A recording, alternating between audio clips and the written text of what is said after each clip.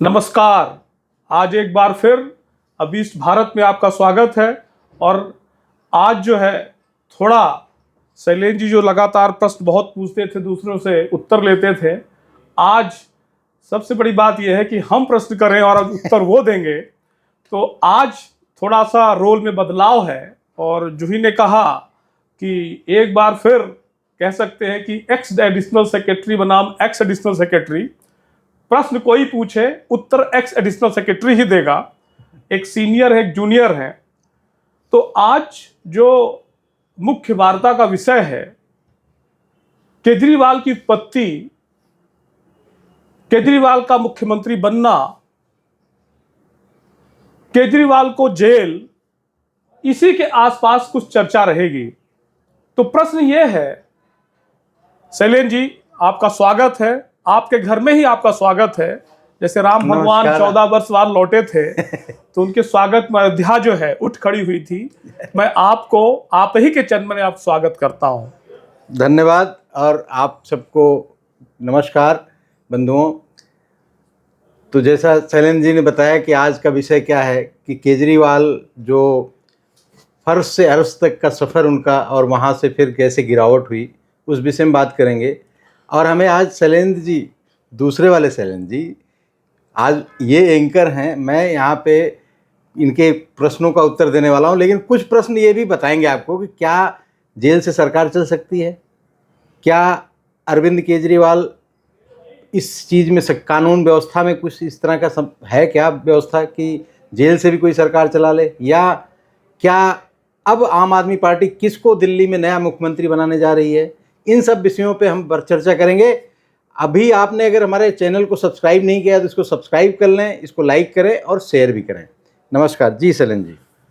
तो प्रश्न भारतीय राजनीति में अतीत में भी था, वर्तमान में भी है और भविष्य में भी रहेगा कि केजरीवाल जो राजनीतिक जो करप्शन था, भ्रष्टाचार था, या क्रिमिनलिटी जो राजनीति में थी, उसको दूर करने के आश्वासन पे आए थे। अन्ना हजारे का इतना बड़ा आंदोलन हुआ, उससे उनकी उत्पत्ति मानी जाती है।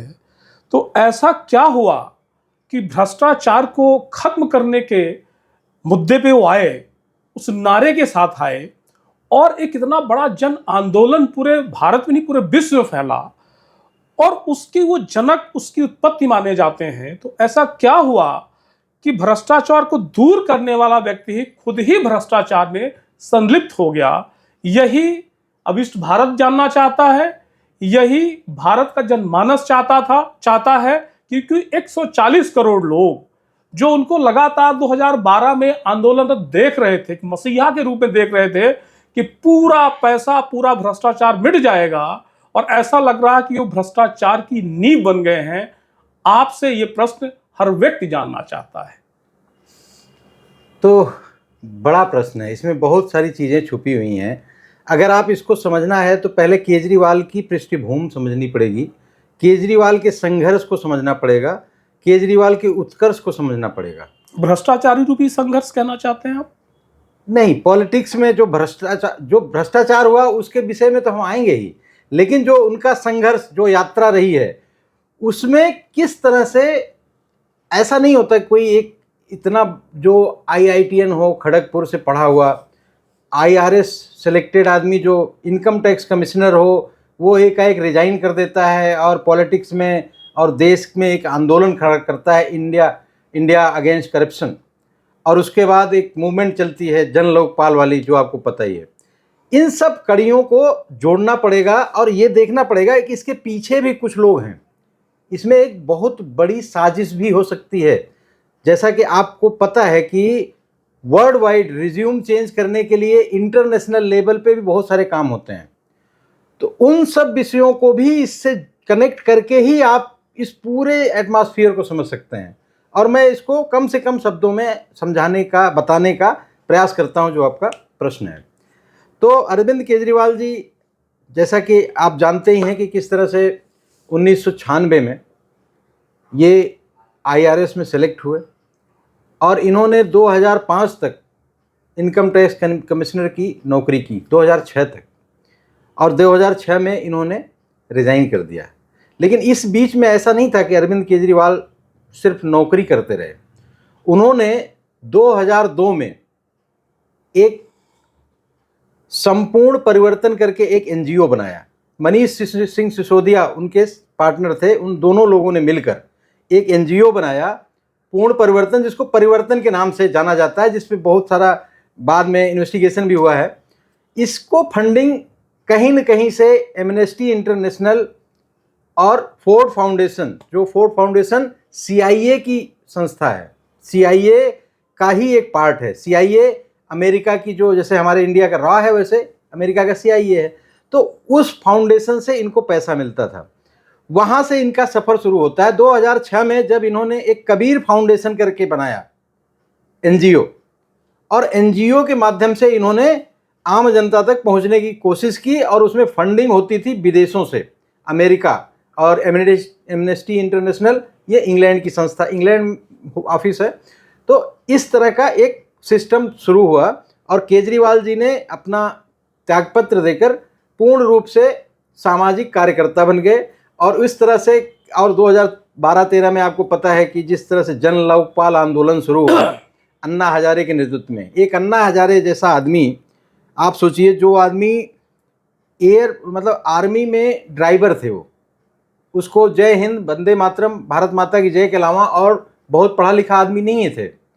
उस आदमी को यूज करके, एक तरह से देखा जाए तो, एक इतना बड़ा मूवमेंट शुरू किया।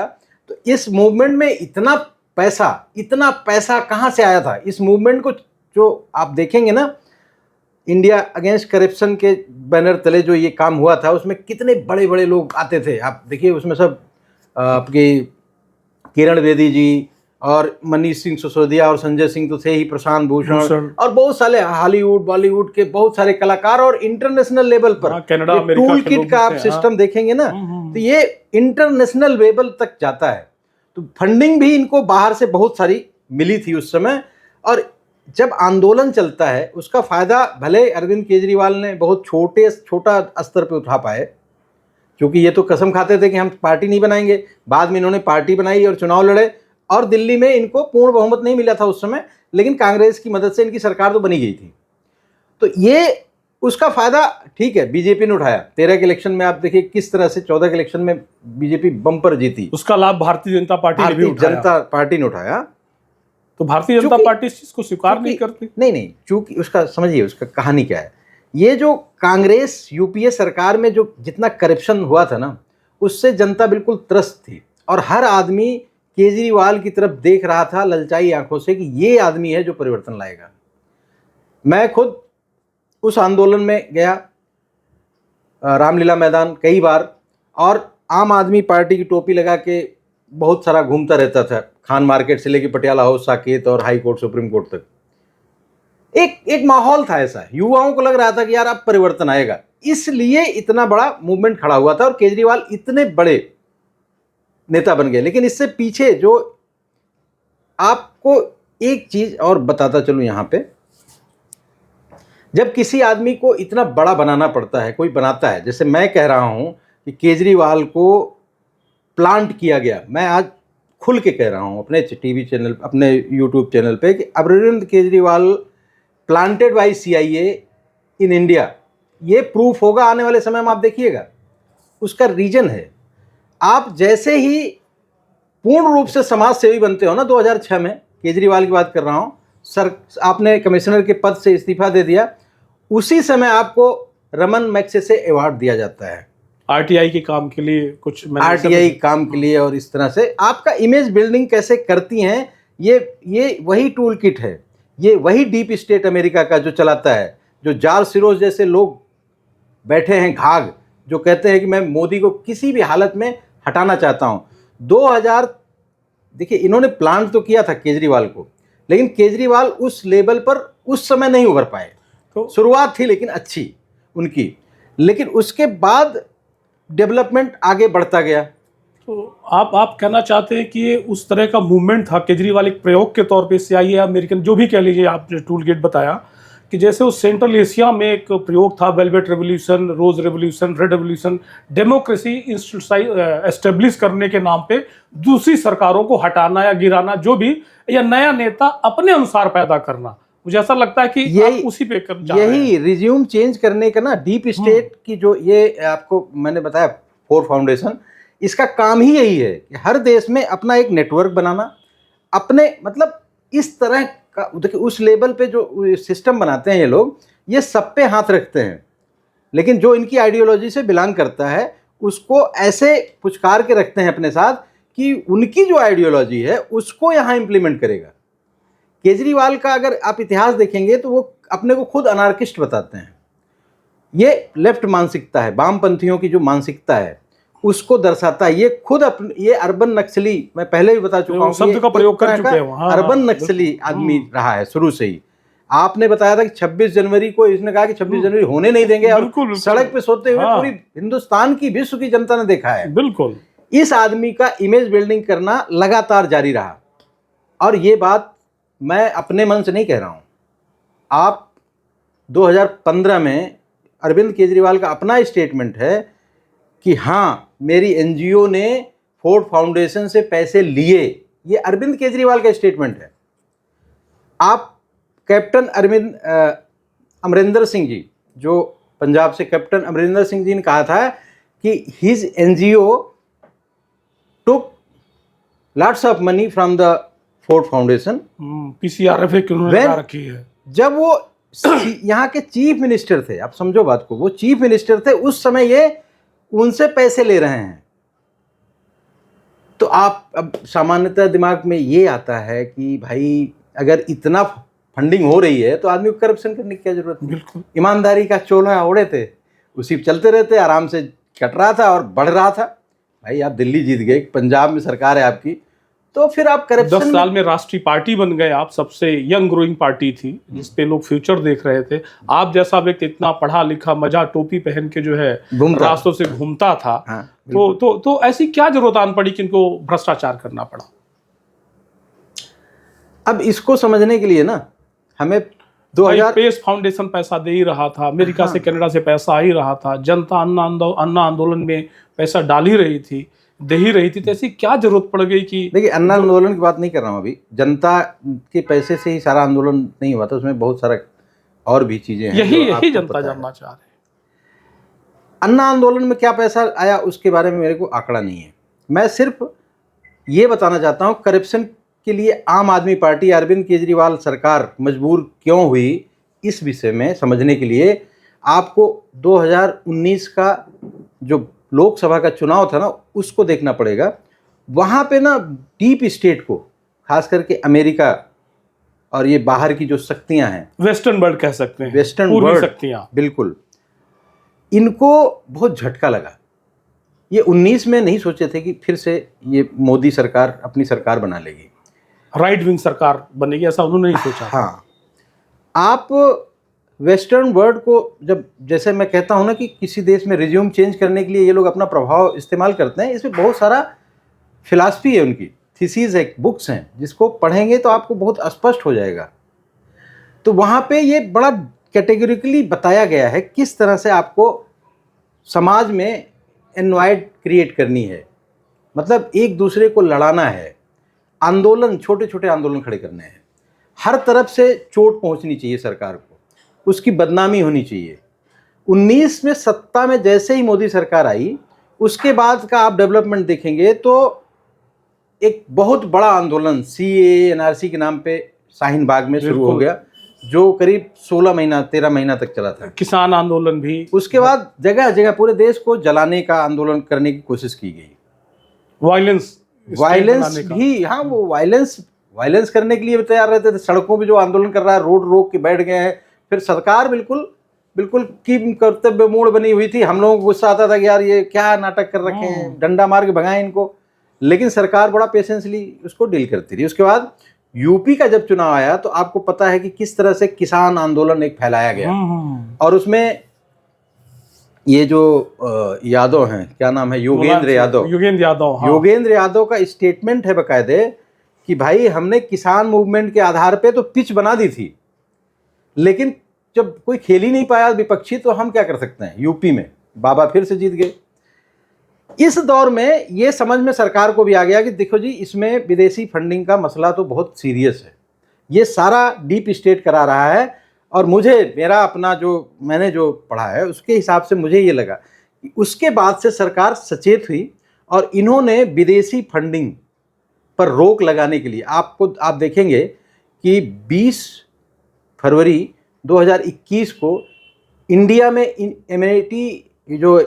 एमनेस्टी इंटरनेशनल है, उसके ऑपरेशन को बैन कर दिया गया, उसको रोक दिया गया। हाँ, अभी उसकी बहुत सारे एसेट्स को सीज कर दिया गया, मतलब 17-18 करोड़ रुपए के एसेट तो यहीं पे सीज हुआ है। इसके बाद आप देखेंगे कि उसी समय ये जो एक FCRA है, फॉरेन करेंसी अमाउंट है, एनजीओ को चाहिए होता है, जो फॉरेन फंड लेने के लिए चाहिए होता है। FCRA मतलब फॉरेन कंट्रीब्यूशन रेगुलेशन एक्ट कुछ, हाँ, फॉरेन अथॉरिटी FCRA, हाँ, FCRA एक्ट, हाँ, फॉरेन कंट्रीब्यूशन रेगुलेशन एक्ट, हाँ।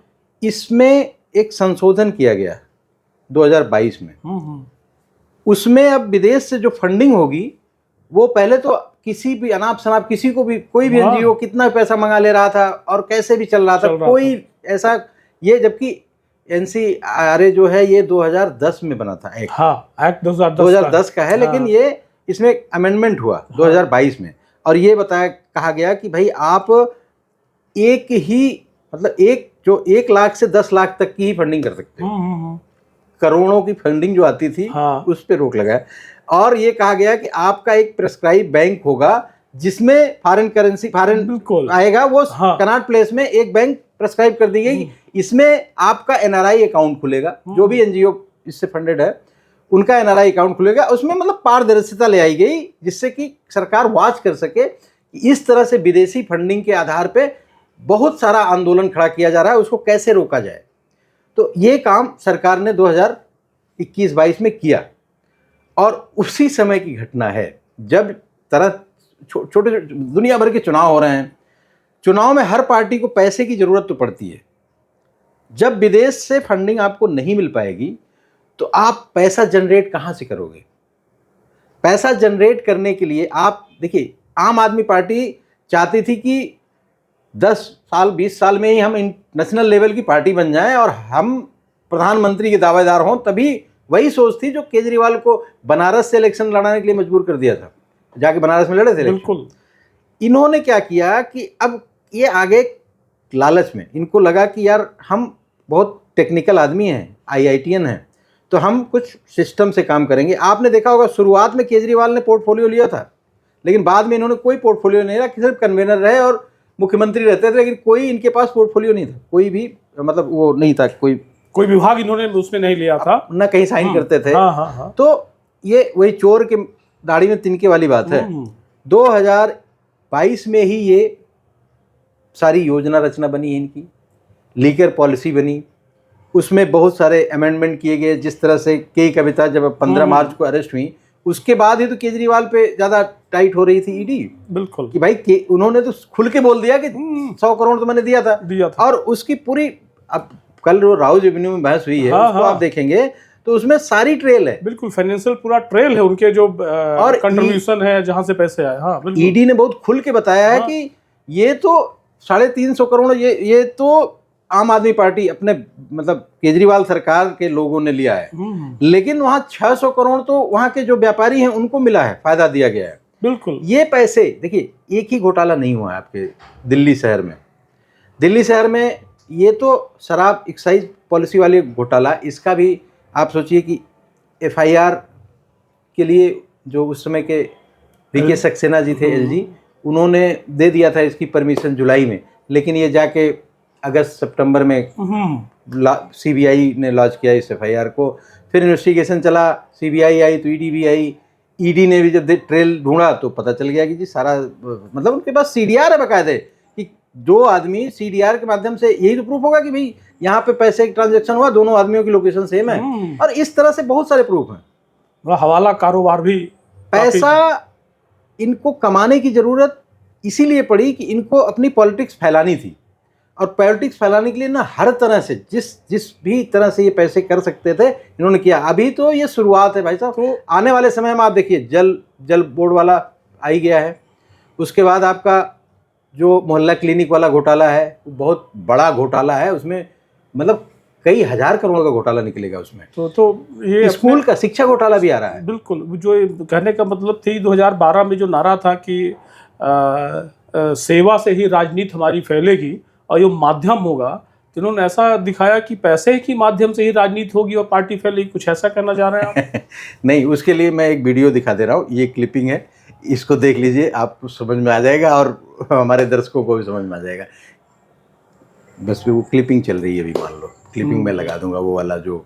ठीक है, कितने मिनट? 1 मिनट की है? अरे तो कट जाएगा। अच्छा, तो जैसा कि आपने देख लिया कि कह रहे हैं कि जी राजनीति एक ऐसी जगह है जहाँ पे आके आदमी करप्ट हो ही जाता है। हाँ। हमें भी सावधान रहना पड़ेगा। कितना मासूम सा चेहरा, ऐसे इतना एक देखिए, जो डीप स्टेट या बाहर अमेरिका में बैठा हुआ एक ऑब्जर्वर जो ऑब्जर्व करता है ना, उसको ऐसे लोग चाहिए जो मतलब वो उसका बॉडी लैंग्वेज देखो ना, उस आदमी को कैसे पेंट करता है अपने आप को। 5 रुपए की पेन लगाना और बिल्कुल लोकल टाइप की शर्ट पहनना, शर्ट खुला रखना, तो आम आदमी से जुड़ा हुआ। कुछ ऐसा कहना चाह रहे हैं कि 1942 में जो स्टेटमेंट था विंस्टन चर्चिल का कि महारानी पूछती हैं कि गांधी कौन है, तो उन्होंने बोला कि गांधी एक हाड़ मास का आदमी है जो भारतीय परिवेश में मानवता के नाम में कुछ अंग्रेजों को बचाने का भी काम कर लिया। कुछ ऐसा कहना चाह रहे हैं आपकी सेम वो चीज़ हो रही है आज? केजरीवाल वो तो मफलर है, हाफ शर्ट है, एक पैंट है, एक आम आदमी है, और एक आम आदमी के पीछे इतना बड़ा भ्रष्टाचार का व्यापार है, भ्रष्टाचार का साम्राज्य है। कुछ ऐसा कहना चाह रहे हैं आप? कहना नहीं चाह रहा हूँ, ये आप हमारी जनता, जो हमारे चैनल से भी भारत जुड़ी हुई जनता जानती है। सरोजिनी नायडू ने कहा था कि गांधी के मेकअप में कितने हजार रुपए लगते हैं इसका अंदाजा नहीं। उस जमाने में हजारों रुपया लगा के गांधी का मेकअप किया जाता था। तो आप मतलब वो तथ्य तो धीरे धीरे सब उजागर हो रहा है कि किस तरह से कांग्रेस ने अंग्रेजों के साथ मिल के पूरी पॉलिटिक्स की थी। इसको तो हास्य के रूप में ले कि कॉस्मेटिक का दाम इसलिए बढ़ गया कि ज्यादा खर्चा गांधी जी में, तो महिलाओं का सम्मान हो जाएगा, खिलाफ हो जाएगा। तो इसीलिए तो सरोजिनी नायडू ने ये बात कही होगी शायद। तो खैर, प्रश्न और भी जटिल हैं। तो आपके जो स्मरण से और आपके वक्तव्यों से ऐसा लगता है कि केजरीवाल जो है राजनीति में भ्रष्टाचार दूर करने के लिए नहीं आए। मेरा मानना है कि भ्रष्टाचार से ही इनका उत्पन्न हुआ है।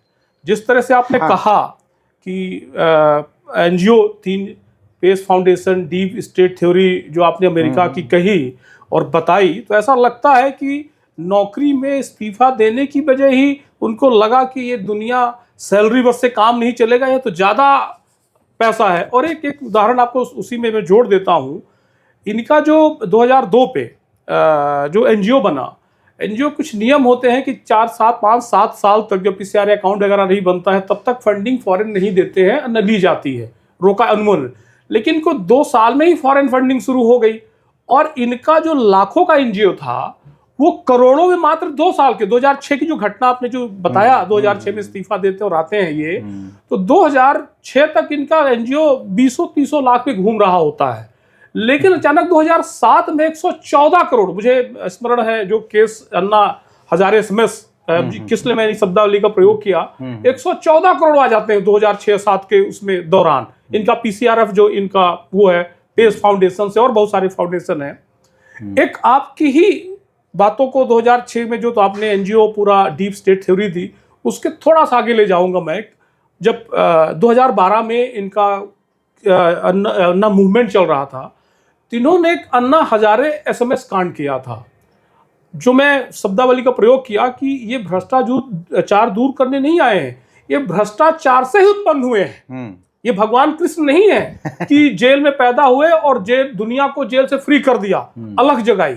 आपने कहा कि एक छोटा सा पैंट, एक शर्ट, हाफ शर्ट पहन के जिस तरह से बहरूपीय मरीची का रूप इन्होंने अडॉप्ट कर लिया कि मृचिका बन गई वो, और माता सीता भी जैसे आप लोग जैसे फंस गए उसमें कि नहीं अन्ना की टोपी पहन के चल करोड़ों लोग आप जैसे पढ़े लिखे करोड़ों लोग कनाडा में, अमेरिका में, पूरे भारत में कि भारत भ्रष्टाचार मुक्त होगा, लेकिन मैं आपके संस्मरण से कह सकता हूं कि इनकी उत्पत्ति ही भ्रष्टाचार से हुई है। हाँ, लेकिन सामान्य आदमी ना इतनी आसानी से चीज़ों को समझ नहीं पाता।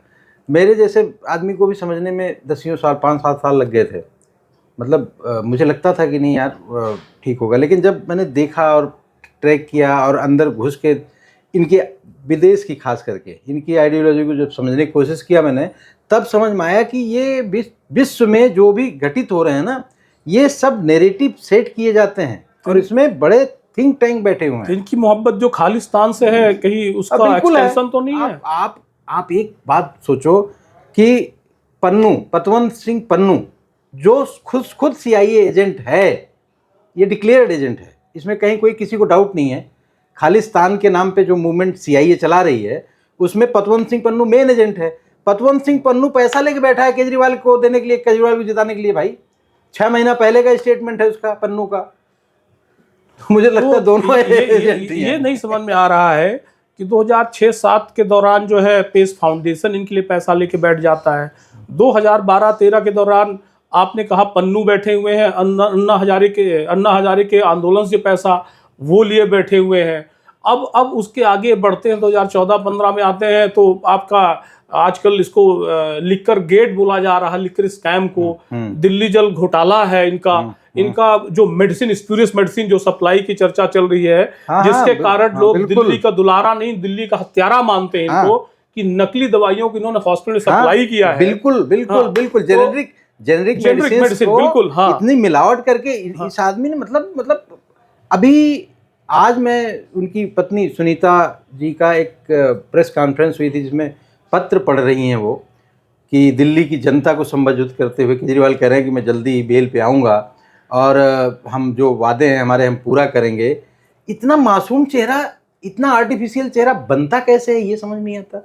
इस तरह की मतलब इतना सपाट चेहरा होता है, आप सोच भी नहीं सकते हैं कि इस तरह से कैसे एक्टिंग हो जाती है। वो तो नेपाल में कौन थे जो लेडी किलर के नाम से मशहूर थे, उनके जो है बाद में नेपाल में उनको सजा दी गई आजीवन। अब तो शायद वो दुनिया में रहे नहीं, उनका नाम मैं मिस कर रहा हूँ। तो क्या आप बोलना चाहते हैं कि जो दिल्ली किलर है केजरीवाल, उसी तरह मासूम से जो है यहाँ के महिलाओं को लूटा, यहाँ के जन को लूटा, यहाँ के धन को लूटा और यहाँ के सबसे बड़ी विश्वास को लूटा? तो क्या कहना चाहते हैं कि कुछ अंग्रेजी फितरत, लेफ्ट फितरत ऐसा कुछ शामिल है? संजय दीक्षित जी है ना, अजय जयपुर डायलॉग वाले, जी, वो इनको केजरीवाल जी कहते हैं कि ये घुंघरू सेठ है। घुंघरू सेठ है तो मतलब पूरे दिल्ली को नचाएगा और लूटेगा, दोनों काम करेगा। और अभी भी इनका देखिए, इनके जो नेता लोग हैं, जैसे जिस तरह के नेता आप पकड़ोगे वैसे ही हो जाओगे। हाँ, एक बड़ी अच्छी बात कही जो मैं उसको शुरू में डिस्कस करना चाहता था आपसे, कि हर पार्टी की एक परिकल्पना होती है, कैसा बनता है, कैसे आती है। भारतीय जनता पार्टी अगर श्यामा प्रसाद मुखर्जी के रास्ते से आई तो उनके विचारों को तो उसी टाइप के लोग रखा। अगर गांधी के विचारों को, हालांकि गांधी का विचार कांग्रेस ने कभी माना नहीं, वो नेहरूवन पॉलिसी पे ज्यादा रही, तो नेहरू टाइप के लोग आए। बिल्कुल आपने सत्य कहा। ए से यात्रा चली तो इटली में समाप्त होगी, नेपोली में उनकी अध्यक्षा जो है अभी वही है। तो आपने सत्य कहा। तो हर चीज के इंग्रेडिएंट होते हैं। ऐसा लगता है कि जो आप पार्टी है, जनता की पार्टी नहीं है, ये एनजीओ चलाने वालों का समूह है, फंडेड बाय फॉरेन फंडिंग है, फॉरेन आइडियोलॉजी है, और फॉरेन आइडियोलॉजी भी इनकी खुद की नहीं है, उनकी इम्प्लांटेड आइडियोलॉजी है। बिल्कुल है भाई, आप समझिए। देखिए, हम लोग तो फिर भी बहुत नीचे स्तर बैठे हैं, ऊपर जो बैठे हैं, जो सत्ता में हैं, सरकार में हैं, इन लोगों को लाखों एनजीओ बंद करने की जरूरत क्यों पड़ी? हाँ, ये सोचने का विषय है। आज इस अभीष्ट भारत के लोगों को इस बारे में विचार करना चाहिए कि आखिर लाखों एनजीओ क्यों बंद किए? करोड़ों रुपए बिना मतलब के विदेश से क्यों आ रहे हैं हमारे देश में? भाई किस लिए आ रहे हैं? सिर्फ वही रिज्यूम चेंज करना और सत्ता अपने हिसाब से ले आना। अब कुछ लोगों को ये दिमाग मारा होगा, राहुल गांधी को पकड़ लिया होता है CIA, अगर चाहता तो भाई इन्हीं को ले लेता है, इन्हीं को प्रमोट कर देता है। लेकिन राहुल गांधी के साथ दिक्कत है, समझो आप। राहुल गांधी ना कभी चाइना की गोद में बैठ जाते हैं, कभी उसके विदेश मतलब उसके जो ब्यूरोक्रेट्स हैं उनसे मिलने चले जाएंगे चोरी से, कभी कुछ बोल देते हैं। तो इनको भी एक ऐसा आदमी चाहिए था जो वेल एजुकेटेड और बिल्कुल शार्प, श्रूड हो, और वो केजरीवाल में दिखा। ऐसे बहुत और भी केजरीवाल हैं, कभी चर्चा होगी तो उस पर भी चर्चा होगी, और ये बहुत बड़ा गेम है। तो एक एक एक मुद्दा जो बड़ा महत्वपूर्ण है, जिसको आप पार्टी फैला रही है और कह रही है कि एक चुने हुए मुख्यमंत्री को गिरफ्तार किया गया, और ये भी कह रही है कि आखिर उनको बेल क्यों नहीं देनी चाहिए, क्या वो भाग जाएंगे, कहाँ चले जाएंगे। तो एक तरह का मिसनोमर जो है, एक मायाजाल फैलाया जा रहा है कि विक्टिम दिखाया जा रहा है, कि जिससे पब्लिक सिंपैथेटिक हो। मैं आपसे पूछना चाहता हूँ कि आखिर जो है वो कहीं भागेंगे नहीं, और एक चुने मुख्यमंत्री हैं तो उनका तो इन्वेस्टिगेशन किया जा सकता है। ऐसा कोई किसी प्रकार का एजेंसीज में हमारी मेरिट की कमी नहीं है, तो फिर उनको आखिर जो है कोर्ट बेल क्यों नहीं दे रही है? ये दो तीन चीज़ें हैं।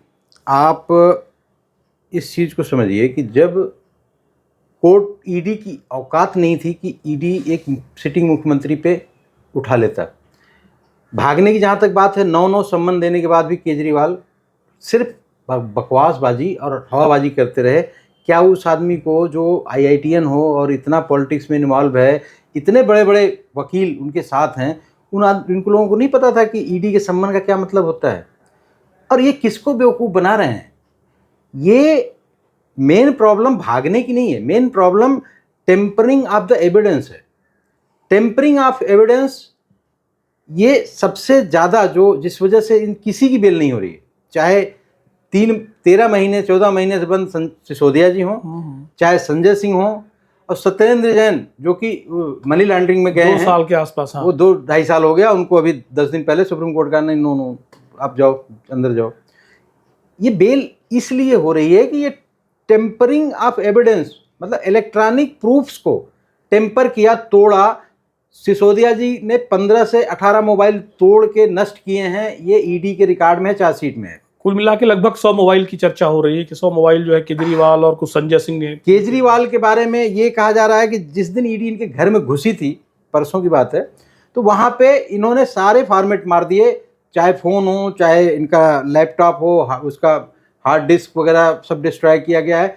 पता नहीं कैसे, मतलब इसमें क्या है, वो रिकलेक्ट नहीं कर लेगी ईडी, लेकिन ये संभावनाएं तो हैं। नहीं तो इस तरह का फ़ोन तोड़ने का या फ़ोन को फॉर्मेट करने का क्या मतलब, क्या जरूरत है? अगर आप बहुत पाक साफ हैं तो साफ है। हाँ। और दूसरी बात देखिए, जब आप कल जब आप ये गए थे हाई कोर्ट में, हाई कोर्ट ने पहले तो ये सम्मन के विरोध में गए कि भाई फर्जी सम्मन भेजा रहा है, इसका कोई मतलब नहीं है। हाई कोर्ट ने कहा नहीं, सम्मन भेजा गया, आपके नाम पे भेजा गया, तो आपको इन्वेस्टिगेशन ज्वाइन करने में क्या दिक्कत है भाई। फिर दूसरे दिन पूछ गए, साहब ये हमें प्रोटेक्शन दिया जाए, हम इन्वेस्टिगेशन करने के लिए ज्वाइन हैं। फिर हाई कोर्ट ने कहा भाई प्रोटेक्शन देने में क्या दिक्कत है, प्रोटेक्शन दिया जाए। तो ईडी ने विरोध किया कि साहब टेम्परिंग करने की पूरी संभावना है, ये तो मुख्यमंत्री हैं। तो फिर उन्होंने कहा ठीक है, फाइल भेजो। तो जब उन्होंने चैम्बर में फाइल पलटा है ना, तब उनको समझ में आया कि यार ये गेम क्या है। ये अगर हाई कोर्ट, देखिए इसमें जो ये बकवास फैलाते हैं ना आम आदमी पार्टी के लोग कि मोदी है और ईडी CBI ये है, जो नौटंकी फैलाया हुआ है कि मोदी करवा रहे हैं। मोदी को इतना टाइम नहीं है, मोदी पूरे देश के बारे में सोचता है। एक छोटे से जगह का मुख्यमंत्री जो म्यूनिसिपैलिटी का एक कमिश्नर टाइप का ही है वो आदमी, उसके बारे में इतना स्ट्रेटजी बनाने की मोदी के पास टाइम नहीं है। ये सिंपल सा जुडिशरी का मैटर है और ये लिटिगेशन का टिपिकल, ये चीटिंग और ये भ्रष्टाचार का मसला है। हाई कोर्ट को जब लगा देख के कि भैया ये पूरा, उसके हाई कोर्ट के सामने तो पूरी फाइल आ गई, और वो देखने के बाद फिर हाई कोर्ट ने मना कर दिया कि कोई रिलीफ नहीं मिलेगा आपको। तब जाके CBI उठाई, हिम्मत हुई ना CBI की। और ये लोग देखो किस लेवल पे इन्वॉल्व हैं कि जिस कांग्रेस को गाली देके केजरीवाल इतना ऊंचाई पहुंचा था, वही सारे नेता जिनको परम भ्रष्ट कहते थे केजरीवाल जी, वही सारे लोग ईडी ऑफिस पहुंच गए, वहां प्रदर्शन कर रहे हैं। तो आप कहना चाहते हैं कि इंडी लाइंस जो है चोरों की बारात है, और सबसे बड़ा तो सबको पता है, इसमें कहने की क्या बात है, इसमें कौन सी भाई। आप देखो ना, एक तरफ से कोई आज का भ्रष्टाचार है, जो चारा घोटाला है लालू यादव का, आज का है क्या? यूपीए सरकार में हुआ था ना, उसी समय उनको सजा हुई थी ना। चारा, उसके पहले बोफोर्स, फिर जीप घोटाला, तो बहुत सारे वो इतिहास घोटालों का इतिहास यही नहीं, बंगाल में देखिए ना, पश्चिम बंगाल में क्या स्थिति पश्चिम है? बंगाल बिल्कुल आप ये सारे दारू के जितने भी ठेकेदार मिले, इनको साउथ में ही क्यों मिले? जो कंप्लीट आंध्रा है, आंध्र प्रदेश जो तेलंगाना को लेके जो बनता है, वहाँ शराब माफियाओं का बहुत बड़ा साम्राज्य है। के कविता वहीं से आती हैं।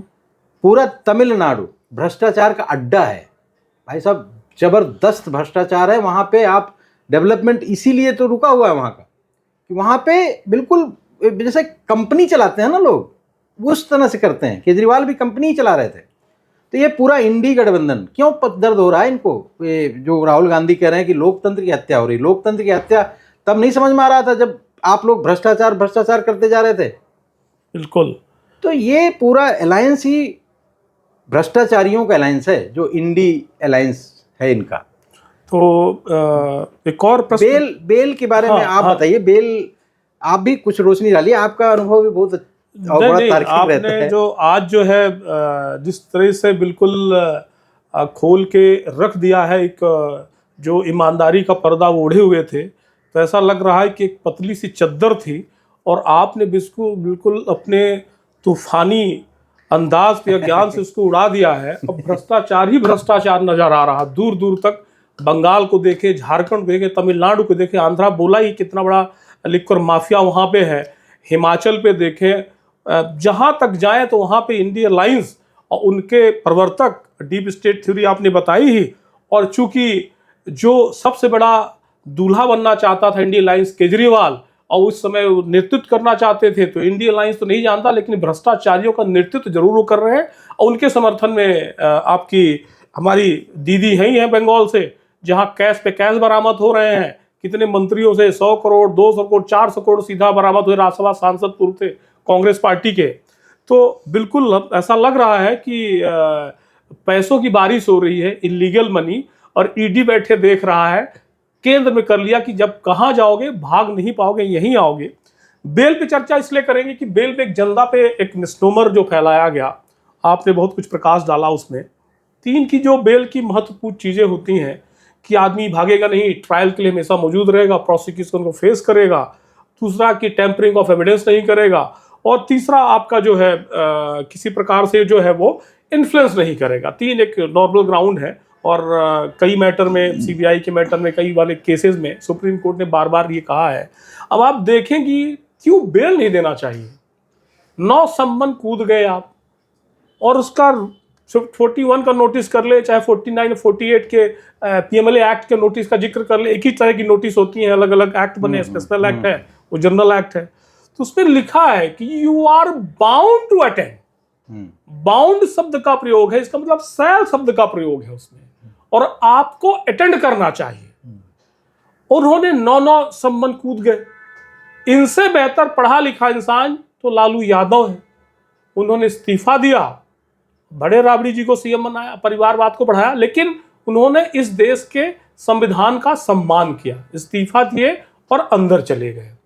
हेमंत सोरेन हो, उन्होंने इस्तीफा दिया। बिल्कुल। भारतीय जनता पार्टी के उदाहरण ले लीजिए, उमा भारती ने इस्तीफा दिया, एक छोटे से, जिसके कारण उनका राजनीतिक कैरियर ही बिल्कुल कमजोर पड़ गया, लेकिन इस देश के संविधान की रक्षा के लिए उन्होंने इस्तीफा दे दिया। हुगली का छोटा सा कांड था, वहां पे एक स्पीच थी, रिलीजियस हेट स्पीच में आया था, जिसमें आप जानते हैं लगभग कन्विक्शन होता नहीं, एक्विटल ही होता है। उन्होंने इस्तीफा दे दिया।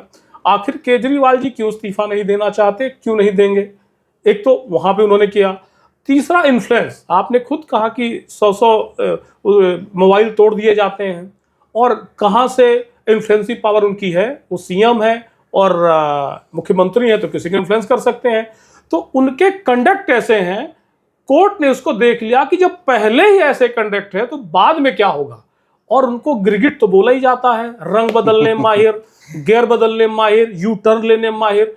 तो अगर कोर्ट से यू टर्न ले ली तो कौन जिम्मेवार होगा, कौन गारंटी देगा, कौन गारंटी? भाई उसमें सिक्योरिटी भी तो फाइल होती है। हम आपके साथ ही एक हमारी वीडियो हम लोगों ने बनाई थी, और उसमें हमने प्रेडिक्ट किया था कि ये आम आदमी पार्टी 2025 तक समाप्त हो जाएगी। लेकिन आपने एक और कहा था कि जून जुलाई में गिरफ्तारी होगी, ये तो पहले ही हो गया। उसके लिए मैं दर्शकों से क्षमा प्रार्थी हूँ। आप जुलाई कह रहे थे, मैं सितंबर अक्टूबर ले जा रहा था। लेकिन देखिए, ये इसमें ना, ये जब अरेस्ट हुए अरविंद केजरीवाल, तब मुझे भी समझ में नहीं आया। मैं भी सोचता हूँ कि मेरे को पॉलिटिक्स का ज्ञान है, लेकिन जब ऐसा हुआ उस दिन, तो फिर मैंने उस पर विचार, जब फिर से देखा, शुरुआत किया, तब मुझे समझ में आया कि इसमें कुछ बड़ा होने वाला था। अगर आप पूरा परिप्रेक्ष्य देखेंगे, घटनाक्रम देखेंगे ना, ये जैसा कि पहले भी मैंने बताया कि इसमें डीप स्टेट इन्वॉल्व है, इसमें CIA की फंडिंग है और उसका पूरा वॉच रहता है अपने आदमियों पे, ये अनरेस्ट फैलाने के लिए। और चूंकि इलेक्शन आ रहा है तो रिज्यूम चेंज कराना है चूंकि भाई अब यही अमेरिका है जिसके जहाज आप जब पकड़ के उनको सौंप देते हो, लड़ भिड़ के 80 माइल्स दूर जाके समुद्र में आपने उसकी जहाज 8 से 9 महीने से किडनैप कर रखा था डकैतों ने, हाँ, वो ईरानियन जो वो थे, हाँ, आप दे दिए तो वाहवाही करता है।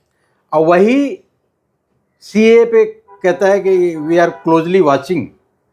भाई तुम्हारा क्या मतलब बनता है वॉच करने का? तो ये डबल स्टैंडर्ड वहाँ का है हमेशा। सॉवरेंटी को हर्ट करने वाली बात है। संविधान तो सॉवरन है, किसी के अधीन तो है नहीं। वॉच करने वाले होते हो भाई, ये गंद मचाता, इस लेवल गंद मचाता। अच्छा एक चीज बताओ, अभी कहने का मतलब केजरीवाल सॉवरेंटी के लिए भी खतरा है इस देश में है। वो खुद कहता है, वो मानता ही नहीं है ये सब चीजें।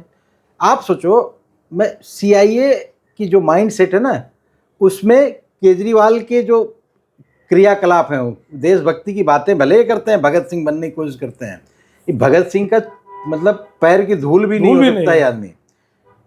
ये CIA अमेरिका जो है, ये अरुणाचल प्रदेश में स्टेटमेंट क्यों दे रहा है भाई? तो भगत सिंह कैसे बन सकते हैं? भगत सिंह ने असेंबली में जब एक ऐसा बम फेंका जो हानिकारक नहीं था, और केवल अंग्रेजों के कान में सुनाने के लिए कि भाई तुम गलत कर रहे हो, सुनो, टू डेफ ईयर, उन्हें कहा था कि उन बहरे कानों को सुनाने के लिए मैंने बम फेंका है, और बम किसी को हानि नहीं पहुंचा के फोड़ना था, और वो जेल चले गए, स्वीकार किए। तो केजरीवाल जी तो उनको इम्बाइब करते हैं कि मैं वो हूं, लेकिन वो इस्तीफा नहीं दे रहे हैं। वो सर्वज्ञ है आदमी, और वो अपना वो उससे बड़ा तो कोई मोदी को चुनौती दे नहीं रहा था, इसलिए मोदी ने उसको अंदर करा दिया। ऐसा माहौल, विक्टिम कार्ड खेलना। तो मुझे लगता है कि मोदी से ज्यादा वो कानून को चुनौती दे रहे थे, इस देश के संविधान को चुनौती दे रहे थे। कानून ने अंदर कर दिया और संविधान ने अंदर कर दिया उनको। देखिए, ये सामान्य जनता को इतना आसानी से समझ नहीं आती। वो बेवकूफ बना के ही पॉलिटिक्स किया आज तक। हम आप बेवकूफ बन गए। हाँ, बेवकूफ। दिल्ली की जनता बेवकूफ बन गई। बिल्कुल बनी है भाई। फ्री की बिजली, फ्री की महिलाओं को सीट दे देना, ये सब क्या नाटक है भाई? ये एक सब बार लॉलीपॉप पकड़ा के 68 सीटें आई, एक बार 62 सीटें आई। प्रजातंत्र का सबसे बड़ा मानक चुनाव ही होता है, तो इसको कैसे फिर भी EVM गाली देते हैं? क्या करोगे आप? अनरेस्ट फैलाना है, मैंने बताया ना, इनका आइडियोलॉजी समझो आप। अनरेस्ट फैलाना है, लड़ाना है एक दूसरे में। जाति सेंसस का हल्ला क्यों मचाते हैं ये लोग? या यहाँ पे जो किसानों को भड़का केजरीवाल ही तो। अब आप सोचो कि चारों तरफ किसान बैठे हैं, यूपी के कहाँ के आके, किस बात पे? जो किसान में वो संशोधन किया था एक्ट के विरोध में, और एक दिल्ली को घेर रखा है। दिल्ली में निकलना मुहाल हो गया है। दिल्ली बिल्कुल चारों तरफ से घेर ली गई थी। आप उस दौर को समझिए। और वहां पे पानी पिलाने वाला, वहां खाना प्रोवाइड करने वाला, वहां सिस्टम सारा बनाने वाला दिल्ली सरकार। सारा पैसा दिल्ली सरकार लगा रही है, किस लिए? कि दिल्ली को घेर के रखो।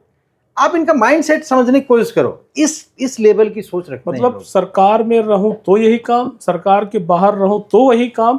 अनरेस्ट इनकी प्रमुख विचारधारा है कि इस देश में किस तरह से वायलेंस क्रिएट किया जाए, अनरेस्ट क्रिएट किया जाए, धार्मिक उन्माद पैदा किए जाए, कुछ ऐसी चीज, ऐसा लगता है। शैलेंद्र जी, मैं आपको गारंटी दे रहा हूं आज, और कोई भी, मैं चैलेंज कर रहा हूं, सोशल मीडिया है, बहुत दूर तक इसकी रीच होती है। आप केजरीवाल का 2 साल का रिकॉर्ड ट्रैक देख लीजिए। 2 साल वो आदमी ट्रेंड CIA निकलेगा। ट्रेनिंग ले रखा है उस आदमी ने भाई, किस तरह से सत्ता परिवर्तन की जाती है, इसकी बाकायदे ट्रेनिंग होती है। जहां पे आप जिस ऐसे संगठनों से जब जुड़ते हो ना, तो बहुत बड़ी चीज है वो। वहां से जुड़ के इन लोगों को बाकायदे ट्रेंड किया जाता है, कैसे अनरेस्ट फैलाना है समाज में, कैसे आंदोलन शुरू करना है, इस पे तो कैसे परिवर्तन करना है। लंबी चर्चा हो गई। एक प्रमुख जो मुद्दा है और चर्चा का विषय है कि कभी पूर्वांचल में भी, देश के अन्य कोने में सुना जाता था कि माफिया जेल से ही अपना धंधा चलाते हैं, और माफिया जो है चाहे अतीक अहमद रहे हों जिनको विदाई हो गई है, अंसारी जी जेल के अंदर हैं, बड़ा साम्राज्य है ना। कभी हरिशंकर तिवारी हुआ करते थे, और कभी क्या नाम है वो बिहार वाले माफिया डॉन थे, शहाबुद्दीन थे, तो वो अंदर चलाते थे। शहाबुद्दीन। तो केजरीवाल जी कह रहे हैं कि हम जो इस्तीफा नहीं देंगे, जेल से ही सरकार चलाएंगे। तो क्या केजरीवाल इन तीनों के समकक्ष हो गए हैं, या नहीं, संविधान जेल से सरकार चलाने की छूट देता है, या संविधान या कानून या इस देश की व्यवस्था जो है इस तरह की कहीं पे नियम है, रूल है या कानून है कि कोई आदमी जेल में बैठ के सरकार चला सकता है, नियम तोड़ के सरकार चला सकता है? नहीं नहीं, आप देखिए, ये वैसे तो दुहाई देंगे संविधान की, और सारे गैर संवैधानिक काम ये लोग करेंगे। आप सोचिए कि कोई सरकार कैसे चल सकती है जेल से। जेल मैनुअल होता है, बाकायदे उसका प्रोविज़न है। सरकार हर चीज़ के लिए सरकार, आप मान लो हर रोज़ 2-4 फाइलें, 2-4 चीज़ें साइन करानी होती हैं। बिना कंसर्न कोर्ट की परमिशन के आप उस साइन का कोई वैल्यू नहीं होगा जेल में करवाते हो तो। अगर रोज़ कोर्ट यही काम करेगी, कोर्ट भी इसी में लगा करेगी, तो ये तो असंभव बात कर रहे हैं केजरीवाल जी। ये सिर्फ जनता को गुमराह कर रहे हैं, सिंपैथी गेन करने का एक प्रोपोगंडा है। और सिंपैथी इनको कितनी मिलेगी ये तो आने वाला समय बताएगा। कहना चाहते हैं कि ये कहीं कि नहीं कहीं साजिश कर रहे हैं कि अपनी पत्नी को मुख्यमंत्री कैसे बना लें हम। अब आप ही देख लो ना, आज पहली बार उनका स्टेटमेंट आया। पंजाब वाले इलेक्शन में वो घूमी थी, उसके बाद अब एक्टिव हो गई हैं, और अब वो प्रमोट की जाएंगी। और आने वाली सीएम, मेरा जहाँ तक असेसमेंट है, ये सुनीता केजरीवाल, ये तो कहना चाहते हैं कि ये भी एक परिवारवादी पार्टी बनने जा रही है। परिवारवादी क्या, केजरीवाल ने कभी किसी को बर्दाश्त नहीं किया अपने अलावा। आप उनके सारे दोस्तों को देख लीजिए, शुरू एक एक करके अन्ना हजारे को भूल गया, हाँ। जो गुरु मानता था पहले। उसके बाद उसने कैसे प्रशांत भूषण वगैरह को, के विश्वास, किरण कुमार विश्वास, या आशुतोष जिसको टिकट सांसदीय लड़वाए लोकसभा लगवाए थे, उस आदमी ने भी अपना करियर दांव लगा के यूट्यूबर बना घूम रहा है। तो आप देखोगे उसका इतिहास, तो उसने सारे अपने लोग जो उसके सामने सरेंडर नहीं किया उसको पार कर दिया। मतलब सरकार चलाने में दो बाधाएं आएंगी, एक तो जेल मैनुअल आएगा, और दूसरा कहीं ना कहीं संविधान भी आएगा। वो पॉसिबल नहीं है सैलन जी, वो मतलब इस्तीफा देना ही पड़ेगा। अगर नहीं देते तो बर्खास्त होंगे। मतलब एलजी रूल आ सकता है, एलजी टेक ओवर कर सकता है, एलजी कर देगा कि भैया राष्ट्रपति शासन लागू, अनरेस्ट फैलेगा, राष्ट्रपति शासन लगा दो, और उसके बाद वैसे ही चले गए वो। नहीं तो कोर्ट भी इसमें कर सकती है, कोर्ट के पास एम्पल पावर है। कोर्ट को पता है कि पूरा प्रदेश पूरा एक बेवकूफ़ी की वजह से पूरे प्रदेश को क्यों सफ़र करना पड़े भाई। वहाँ पे आपके जितने अक्यूज्ड हैं, चाहे कन्विक्टेड है, अंडर ट्रायल क्रिमिनल्स हैं, उनकी जान को भी खतरा है। हाँ, रोज ये पहुंचे रहेंगे वहाँ पे, भीड़ लगाए रहेंगे, खतरा तो रहेगा ही। तो और एक तरह से देखा जाए जो मिनट साइन होते हैं, जो सेक्रेट डॉक्यूमेंट होता है, काट लेंगे। 1 घंटे का हो गया। अब इसको समापन करते हैं। नहीं 1 आवर कंप्लीट कीजिए, उसके बाद काट शाट कर लीजिएगा आप। तो आज एक आखिरी समापन की तरफ। हाँ, और कुछ बचा भी नहीं। तो अब एक कंक्लूजन की तौर पे देखें कि भ्रष्टाचार, इसमें एक क्वेश्चन पूछिए, आज की जो पब्लिक है वो अभी भी केजरीवाल को सपोर्ट कर रही है, तो पब्लिक को कैसे जागरूक कर सकते हैं? अब ये तो पूछिए। हाँ ठीक है, चलिए वो उसी में आएगा। मैं जो एक प्रश्न आया है, तुम्हारा चेहरा तो आ नहीं रहा है, हाँ, प्रश्न चला देते हैं, क्या है? नहीं। एक प्रश्न आया है और मैसेज आया है मोबाइल पे कि आखिरकार इतनी रावणी रूप देखा केजरीवाल का, उनका बहरूपियापन देखा, गिरगिटानपन देखा। आपने खुद कहा कि उस देश के सॉवरेंटी इतने बड़े एनार्किस्ट हैं कि सॉवरेंटी या डेमोक्रेसी के लिए खतरा है, और बेल नहीं मिली, क्यों नहीं मिल रही, इसको आपने बड़े तरीके से हमने चर्चा की, एक्सप्लेन किया। लेकिन उसके बावजूद भी जिस तरह का ढकोसला उन्होंने जनता में फैला रखा है, उस ढकेसले के अब बहरूपीयपन को कैसे जनता को समझाया जाए, ये हमारी एक अभीष्ट भारत की दर्शक का प्रश्न है। तो इस प्रश्न का उत्तर देना मुझे लगता है कि आप ही के माध्यम से होना चाहिए, और लाजमी प्रश्न भी है। देखिए, इसका माध्यम तो हम सोशल मीडिया के थ्रू कर ही रहे हैं अपना काम। जो हमारे दर्शक हैं वो इससे उनके पास तक बात पहुंच रही है हमारी। इसी तरह से हम, ऐसा तो है नहीं कि हम यहीं बैठे रहते हैं, और हमारे दर्शक भी सब समाज में जाएंगे, बहुत सारे लोग हैं। धीरे धीरे देखिए, कोई भी चीज़, कोई भी जो नैरेटिव सेट कर दिया जाता है उसको आप धीरे धीरे ही ख़त्म कर सकते हो। एक नैरेटिव तो बना ही है, केजरीवाल के एक इमेज बिल्डिंग तो हुई ही है, तो वो धीरे धीरे अपने आप समझ में आ जाएगी जनता को। जनता को ऐसा नहीं, जनता कोई मूर्ख नहीं है, जनता आउट ऑफ इमोशन इतना सपोर्ट की थी, एक अच्छा सच्चा इंसान समझ के सपोर्ट की थी। लेकिन अब धीरे धीरे उसको भी सब चीज़ें पता चल रही हैं। ऐसा नहीं है जो ये टीवी में आके हल्ला मचाते हैं इनके प्रवक्ता और दो चार उछल कूद कर रहे हैं, इसके अलावा भी जनता बहुत सारे व्यूज़ सुनती है। सोशल मीडिया का ज़माना है, चीज़ें बहुत तेज़ी से फैलती हैं। पहले के ज़माना नहीं रह गया कि आप कुछ भी बोल दो और कुछ भी कर दो, एक नैरेटिव सेट कर लो और कुछ भी कर लो। अभी सोशल मीडिया का दौर है, बातें बहुत तेज़ी से लोगों तक पहुंचती हैं और लोग अपने आप समझ जाते हैं कि क्या सही है क्या गलत है, क्योंकि कोर्ट कचहरी और सब चीज़ों से सबका संबंध रहा है। कोई जेल में बंद होता है तो मोदी को दोष नहीं देता है, वो कोर्ट में अप्रोच करता है, वकील पकड़ता है, काम करता है। और इनके वकीलों की स्थिति है, अभिषेक मनु सिंघवी जी अभी हिमाचल में हारे थे इलेक्शन, क्रॉस वोटिंग में राज्यसभा नहीं पहुंच पाए। उसके बाद ये कांग्रेस से लड़े थे, कांग्रेस के हैं वो।